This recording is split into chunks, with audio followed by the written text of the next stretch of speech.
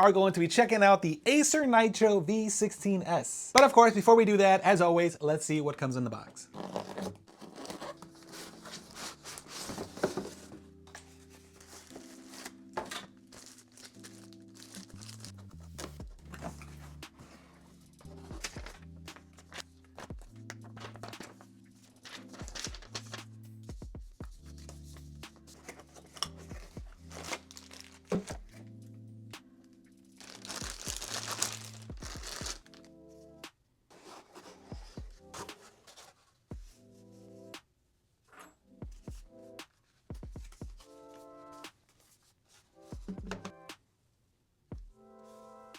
Spec-wise, ours comes with a Ryzen 7 260 8-core 16-thread CPU, combined with the RTX 5060 graphics, 32 gigabytes of DDR5 RAM, running at 5600 mega transfers, and a 1TB Gen 4 NVMe SSD. This puts this laptop in the mid-range category. On the left side, we have an Ethernet port, a USB 3.2 Gen 2 port, a micro SD card slot, and a headset aux port. On the right side of the laptop, we get two more USB 3.2 Gen 2 ports, with one supporting offline charging. And of course, on the back, we have our charging port, as well as an HDMI 2.1 port and a USB Type-C port, giving this laptop more than enough ports to plug in your accessories. This laptop comes with a 16-inch IPS 1920 by 1200 180Hz screen, making sure that you have that refresh rate to complement the RTX 5060. Right above that, we have the 1080p camera, which honestly isn't that great, but it will get the job done if you need to use it. Hi, we're testing the Acer Nitro V16S AI laptop.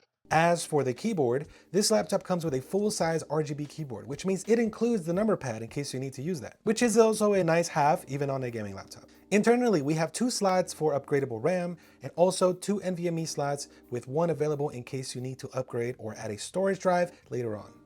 We also see the 76 watt-hour battery that powers a laptop when you aren't gaming. So that covers specs. Now let's get on to what we all came for, and that is for gaming. For this, we tested 4 games, so we can get an idea of how this machine will perform. Our target was actually medium settings, since this machine sits in our medium range category. And we tested The Finals, Where Wind Meets, Marvel Rivals, and of course Warzone on medium settings. Here are the results. For The Finals on medium settings, we were able to achieve an average of 115 FPS with a 1% low of 79 FPS. The game felt super smooth with no lag, even when buildings were being torn apart and falling down. Moving on to Where Wind Meets, well, this game is a little tricky to test since it does have cutscenes, so it will boost the FPS once in a while. But once we got onto the open world, we were seeing about 86 FPS on average with a 1% low of 46 FPS. Which of course makes sense because the graphics on this game are actually a lot more demanding than some titles. For Marvel Rivals, we were able to get 121 FPS with a 1% low of 76 FPS. But of course, these results are going to depend on the map that you are playing at the time. But with Marvel Rivals, 121 FPS average is actually really good, since it is a very competitive game. Now, Warzone is one of those games that if you lag, you will be shot down before you even realize it. For this game, we were able to get an average of 115 FPS.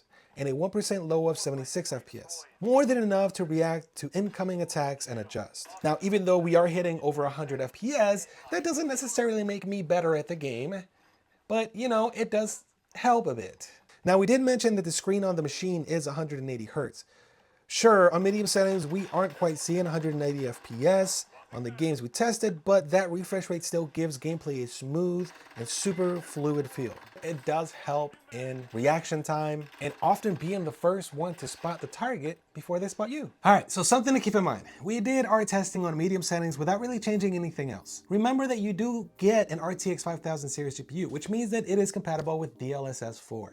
So if you're playing that story-based game or solo adventure and you wouldn't mind being a little bit more fluid and a little bit smoother, turn it on if it's compatible, of course. Not every game is compatible. And I know people are gonna tell you that, you know, there's a huge delay and you're gonna feel that input lag. I mean, I've tried it on Marvel Rivals, I've tried it on Warzone, I've tried it on different titles, and honestly, I can't tell. I feel like DLSS 4 is actually pretty good, and it does minimize the input lag to the point to where it's really hard to tell. All right, everybody, I hope that this video gave you a little bit more of an insight on this unit. If you want to check out the system yourself, I'm going to leave a few links down in the description below. Make sure you check those out. Until next time, take care of yourself and take care of others. See you in the next video.